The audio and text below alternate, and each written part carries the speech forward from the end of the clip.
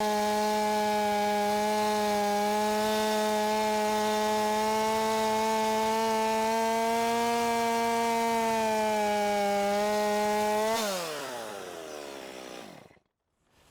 hey guys, well, welcome back to this week's episode of The American Landman.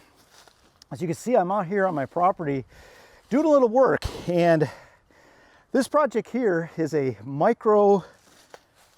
hinge cut, or micro cut we're going to call it. What I'm done is I am trying to create a pattern in my property of inside out movement. I'm trying to increase the value and make it a huntable property.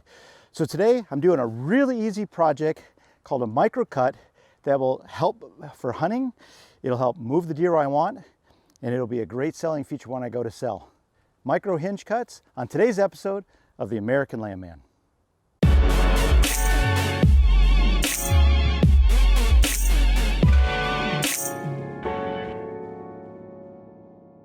But let's talk about this project. So what I've done here is I'm trying to create a plan for my property.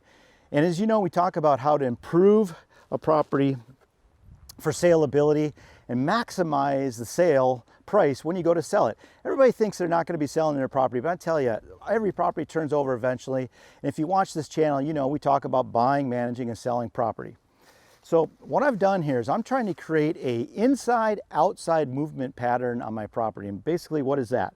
Well, and my goal is to put food on the edges of my property and create thick bedding area on the inside of my property, thereby keeping the deer on my property most of the time where they're safe.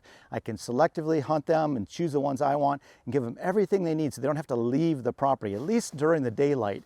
So this spot where I'm standing is in the middle of my property with food on both sides, the west side, the east side, and the south side, and I'm creating more bedding on the north. The idea here is I'm coming in and I'm targeting these larger trees. I'm not that great with a chainsaw, so I'm girdling these trees, a simple cut around 360 twice. And what I'm doing is I'm trying to cut through the cambium layer. The cambium layer is the layer that feeds this tree. Already I'm seeing a little bit of sap coming out of here because there's sap coming out of the ground feeding the tree. And when I do this, I cut off the circulatory system of this tree, and this tree is now going to die. It won't last. The reason I'm doing the girdling technique on this little area is, frankly, I'm not that great with a chainsaw, and I don't want to hurt myself when I cut these down. So girdling can be a technique that you can use so you don't have to cut all the way through the tree. I want to show you, see that wetness on there? That's sap, and that's what's feeding this tree. And this outer layer, just on the outside, it's really thin on this tree because it's small, but on a bigger tree it might be, you know, a quarter of an inch thick. But that's what's feeding this tree. This is sap. Actually has a kind of a sweet taste, and that is the lifeblood of this tree. And now we've terminated this tree obviously because we cut it off, but if this was a bigger tree, it would have, you know, an inch maybe cambium layer that would be the circulatory of the tree. So I thought it was interesting. You get down low, you can actually see what it looks like.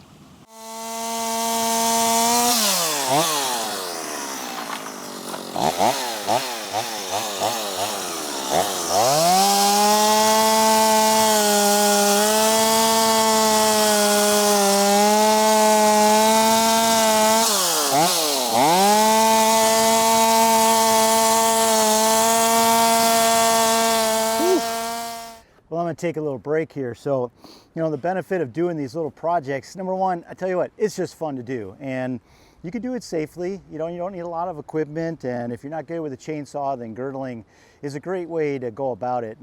But these little micro openings where you punch a hole in the sky, I talk about this a lot. The sun does fantastic things to property. Before, when I hunted this location, I could see probably, gosh, 100 yards through this, and really nothing came through here. It was just too open for them.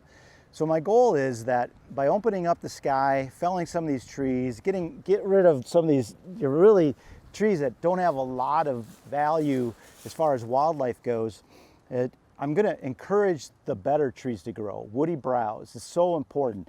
This area here is going to fill up with brambles, with oak brush and maple shoots. It's just going to explode grasses and forbs and wildflowers everything's going to benefit. The deer are going to come in here because we're going to open up some little pockets within here, and we're going to clear out some of the area so that we can put a little food in here, create multiple exits. There's just going to be a lot of benefits. And then we're going to steer these deer along the side. We're going to bring them past my tree stand because I got a water hole over there that I created, and that water hole is going to be a place, a social hub for the deer. I'll hang a licking stick there, I'll have the water there, I'll have a trail coming by kind of avoiding a lot of this thick stuff, and the hope is that these deer, as I create other little pockets like this throughout my property from the inside, they'll use this cover to travel through my property knowing that they can leave on either side and go to food, and then I as a hunter can access this from multiple points as well. Predominantly west-northwest wind on this spot, but I've got trails that wrap around this section of woods, and I'll be able to come up in multiple trees once I get them set up and established. So there's a lot of benefits to this. So get out there, get your chainsaw. You could do this with hand tools, but chainsaw obviously makes so much better work. I do want to make a comment about the safety gear. As you see, I've got my muffs, I got my face mask, I got a steel helmet, I've got chaps on, I'm wearing leather boots, gloves. I took my gloves off to make this video, but I'm using gloves.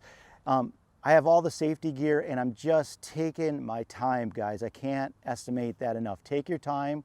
It's very physical work. You start to get tired, then you get sloppy, and you want to slow down and be safe at all times. So I'm going to get back to work. We're going to finish this out. I think I've done enough work for the day. I think my next step is start to create the trails and start to move these deer in here. I can't wait to see what this looks like. So, hey guys, I hope you've enjoyed watching this. As always, we talk about buying, managing, and selling land on this channel. So please like, subscribe, share, comment. I hope you've enjoyed it.